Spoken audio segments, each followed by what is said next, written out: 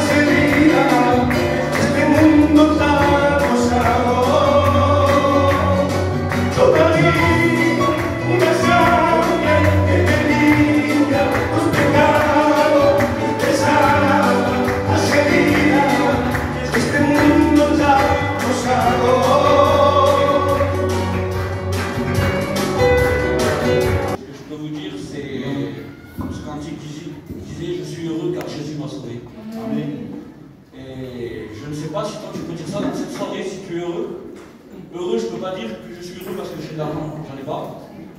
Parce que j'ai une grosse voiture, j'en ai pas. Mais je suis heureux parce que Jésus a pardonné mon péché. Et si toi, ce soir, tu veux être heureux, demande pardon à Jésus de pardonner tes erreurs. Je peux te dire, c'est une expérience que j'ai faite il y a 3 jours de ça. Je parlais avec mon frère il y a 3 jours en arrière de cette expérience. Et je ne comprenais pas. Et quand je me suis assis dans ce local, je n'étais pas au courant que j'allais témoigner. Mais instantanément, quand je me suis assis, le Seigneur me disait de dire cette parole. Quand j'étais tout petit, comme le frère disait, moi mes parents se sont divorcés aussi, j'avais 1 an. Mon père il était sur Montpellier, moi j'étais sur la ville de Bédario où on est en ce moment. Et j'ai commencé à grandir, j'avais 13, 14 ans, 15 ans. Et c'était une ville, avec tout le respect que je vous dois, il y avait beaucoup de drogue, beaucoup d'alcool. Les frères à ma mère buvaient beaucoup. Et je voyais toutes les jeunesses, c'était de génération en génération chez nous, c'était comme ça. Et j'avais 15 ans et je disais, voilà le projet de ma vie. Je disais, j'ai personne pour travailler. Mon père est loin. Je dis, j'ai personne pour travailler. Je dis, comment je vais faire pour passer mon permis? Comment je vais faire pour pouvoir me marier? Comment je vais faire pour toutes ces choses de la vie? Et dans ma tête, le projet, c'était, ça c'est le projet de l'ennemi qui avait préparé pour moi. Je disais, je vais peut-être vendre, avec tout le respect que j'ai pour vous, je vendrai de la drogue pour me débrouiller, passer mon permis. Et je vous dis ça parce qu'il y a 3 jours en arrière, j'ai fait cette expérience. Je ne l'ai jamais témoigné, je ne sais pas pourquoi, mais je pense que c'est le Seigneur qui me permet comme ça. Et peut-être que tu as aucun projet, je ne sais pas, peut-être que tu es jeune, tu n'es pas marié encore, peut-être que tu veux marier, que tu sois un homme ou une femme, je ne sais pas. Mais ce que je sais, c'est que le Seigneur a des projets de bonheur pour toi. Et comme je vous disais, j'avais 15 ans quand je voyais tout cela. Et je disais, c'est pas normal, je voyais tout ça, je dis, voilà mon avenir, il n'y avait aucun avenir, aucun projet. Et j'ai entendu parler de l'évangile. Et j'ai dit, je voyais, parce qu'on peut dire ce qu'on veut, mais on voit que quelqu'un qui vit avec Dieu, il y a une différence entre celui qui ne vit pas avec Dieu et celui qui vit. Et je voyais la différence chez les chrétiens. Et j'ai dit, Seigneur, je suis rentré dans une réunion, un jour, mon oncle faisait des réunions sur Bédario. J'ai dit, Seigneur, vraiment, si tu existes, j'aimerais que tu me parles. Je voudrais ce que les gens ont reçu, cette paix, je voudrais la recevoir. Alors je suis rentré dans une réunion. Quand je suis rentré dans cette réunion, j'avais parlé avec une chrétienne cet après-midi-là. Et je me disais, comment tu as fait pour rencontrer Dieu? Parce que moi, je lui ai demandé, mais j'ai dit, je ne l'ai jamais reçu. Elle me dit, peut-être que tu le demandes mal. Parce que ce soir, le serviteur va porter le conseil de la parole de Dieu, comme vos serviteurs, vos pasteurs le font. Il pourrait vous amener le plus beau message de la Bible. S'il n'y a pas cette acceptation dans vos cœurs, vous ne pourrez jamais recevoir Jésus. Parce que ce qui fait l'acceptation, il faut votre décision et Jésus rentre. Et j'ai dit, Seigneur, alors ma cousine me dit, peut-être que tu demandes mal. J'ai dit, je ne sais pas, je ne sais pas. Et quand je suis rentré dans cette réunion, que je vous dis ce soir-là, le serviteur avait dévoilé ma vie. Tout ce que j'avais dit dans la Bible, vous savez, l'ennemi aussi, il est là. On a un Dieu qui veut nous sauver, mais il y a un autre qui veut nous amener à la perdition. Et quand le pasteur avait dévoilé ma vie, je suis rentré, je lui ai dit à quelques personnes, je dis voilà, le Seigneur m'a parlé, elle me dit, béni soit Dieu. Elle dit maintenant continue, tu t'arrives à demander pardon, il faut que tu arrives à avoir ton état de pécheur. Et quand je suis rentré sur Montpellier, j'ai expliqué ça à mon cousin. Il me dit, ça y est, toi aussi tu es devenu fou. Tu crois à ça? Il me dit, est-ce que tu l'as dit à quelqu'un? J'ai dit oui, je l'ai dit à ma cousine, j'ai dit à ma cousine. Il dit, c'est elle qui l'a dit au pasteur, et le pasteur a répété toutes ces choses. Mais je ne l'ai pas cru parce que le Seigneur avait déposé cette semence dans mon cœur. Et vous savez, quand le Seigneur vous cherche, il vous trouve. C'est vrai. Et quand il m'a dit ça, bien sûr, l'ennemi est venu à souffler à mon oreille, il y a un découragement qui est venu dans mon cœur. Je suis parti loin dans un champ et je me dis, c'est pas possible. Je suis retourné dans la ville de Bédario. Mais vous savez, si on cherche vraiment, on trouve. Parce que la Bible a dit, celui qui cherche de tout son cœur, ne se laisse pas trouver. Je suis reparti sur Bédario et j'ai dit, je ne veux pas rester comme ça. Je dis, Seigneur, vraiment, si tu existes. Tu as dit, mettez-moi de sorte à l'épreuve, et vous verrez pour vous si je n'ouvre pas les écluses des cieux. Je dis, si tu existes vraiment, je vais remonter à Montpellier demain. Je ne savais même pas comment j'allais monter, je ne savais même pas encore mon permis. Je dis, je vais aller dans une réunion que personne ne me connaît, et si vraiment tu existes, je veux que le pasteur m'appelle devant. Et là, je te donnerai mon cœur, Seigneur, tu changeras ma vie. Alors, je suis parti, le lendemain arrivé, je suis parti sur Montpellier. Et là, la réunion est arrivée, c'était l'heure de la réunion. Et là, mon père me dit, est-ce que tu viens à la réunion avec moi? J'ai dit, oui, je viens. Je me suis assis là, dans les premiers rangs. Et j'ai attendu que la réunion a été faite, il y avait comme ça, des témoignages, la prédication. Et la réunion se termine, le serviteur fait les annonces. Et c'était un serviteur de passage. Et il était assis comme ça. Et le serviteur, le responsable de l'église, dit, bon, que Dieu vous bénisse, comme une fin de réunion, quoi. Et là, le serviteur qui était assis là, il se lève. Et moi, quand il y avait toutes ces choses-là, j'ai dit, mais Seigneur, je t'ai bien épreuve. Je t'ai pas demandé de belle voiture, je t'ai pas demandé de devenir riche. Je t'ai dit que je voulais te donner mon cœur si vraiment tu existais. Mais en fait, ce que dit mon cousin, c'est bien alors. C'est que des conneries, tout ça. Et là, le pasteur, moi je disais ça dans ma tête, se lève, qui était là, il dit, mon frère, si tu permets, est-ce qu'on pourrait prier 5 minutes de plus? Oui, lui, il a donné l'accord. Et d'un seul coup, j'étais là, je commençais à avoir mon cœur qui battait fort. Boum, boum, boum. Et là, la présence de Dieu commençait à descendre sur serait bien qu'il tape sur mon épaule comme ça. Il me dit, mon frère, il dit, est-ce que tu pourrais venir devant? Et je le regarde, moi je le savais au fond de moi. Et je dis, pourquoi? Il me dit, écoute, moi je ne sais pas. Il dit, mais le Saint-Esprit m'a demandé de t'appeler devant. Parce que moi, j'ai changé la vie ce soir. Écoutez, je suis rentré dans cette réunion, le Seigneur a changé, a transformé ma vie. Je ne peux pas dire que c'est tout le temps facile. Il y a des hauts, il y a des bas. Mais le Seigneur a comblé ma vie. Il a changé ma vie. Je disais dans les 3 jours en arrière, quand je regardais mon foyer, je regardais ma compagne, je regardais mes enfants. Je disais, il y a 15 ans en arrière, je disais ça, j'allais vendre la drogue, j'allais faire ça, j'allais faire ça. Le Seigneur m'a donné un foyer, m'a donné des enfants, m'a donné des frères, m'a donné des sœurs. Le Seigneur m'a comblé. Que Dieu me bénisse.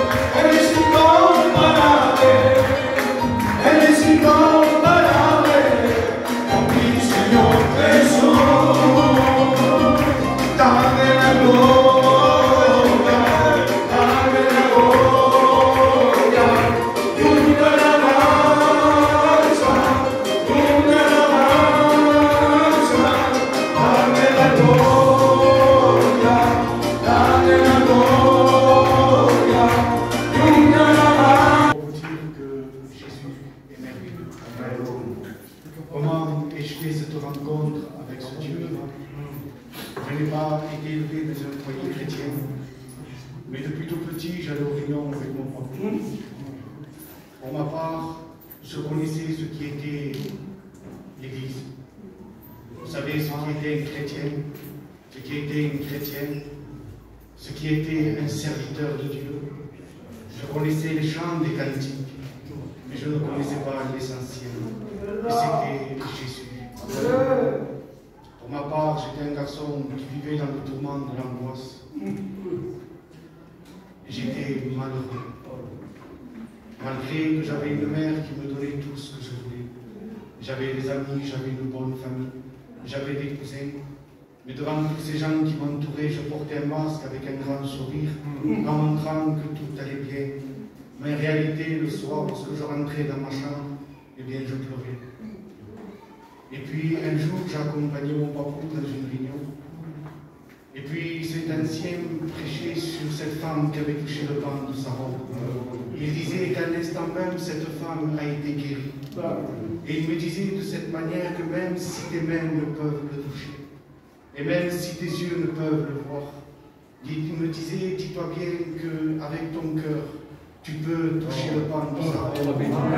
Et Jésus pourra te guérir de tes délivrances, des angoisses, de tout ce que tu commets. Amen. Alors, honteux comme j'étais, je me suis ajouté à l'appel. Et lorsque cet ancien m'a posé ses mains sur moi, je peux vous dire que Jésus m'a délivré de mes angoisses. Mais non pas de suite, mais jour après jour. Il m'a fait découvrir ce que je ne connaissais pas. C'était la paix, c'était la joie, c'était le vrai bonheur. Amen. Il a bouleversé ma vie.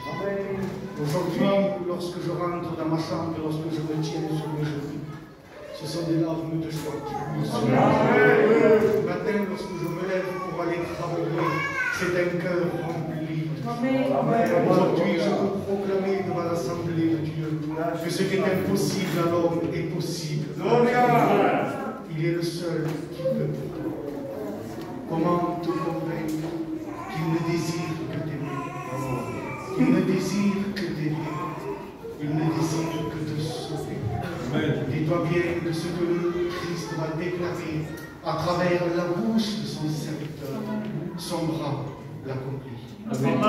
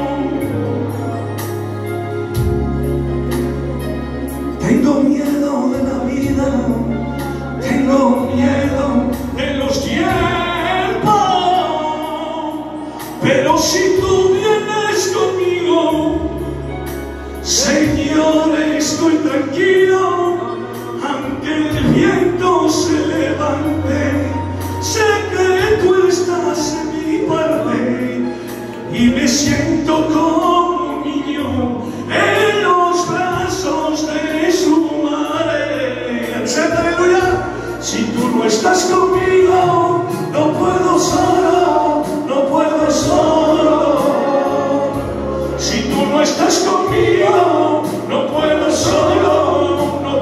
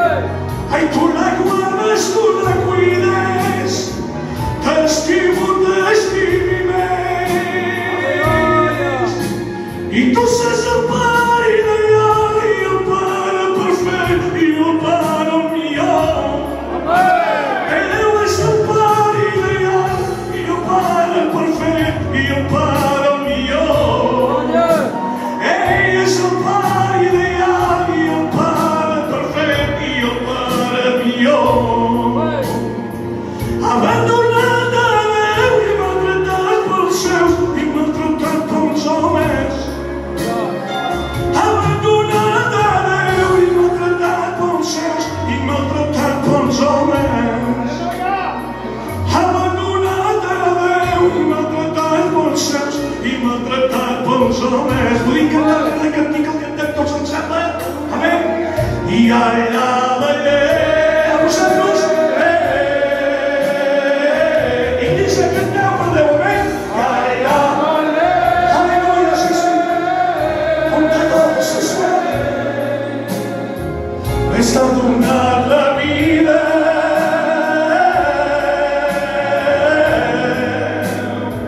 M'estàs donant el cel. Y sales a buscarme no importándome mi herida, pues ya no te esperaba y vuelvo a sentir tu caricia. A vosotros, amén, me ha venido a buscar. Y mi iglesia me puse a llorar y se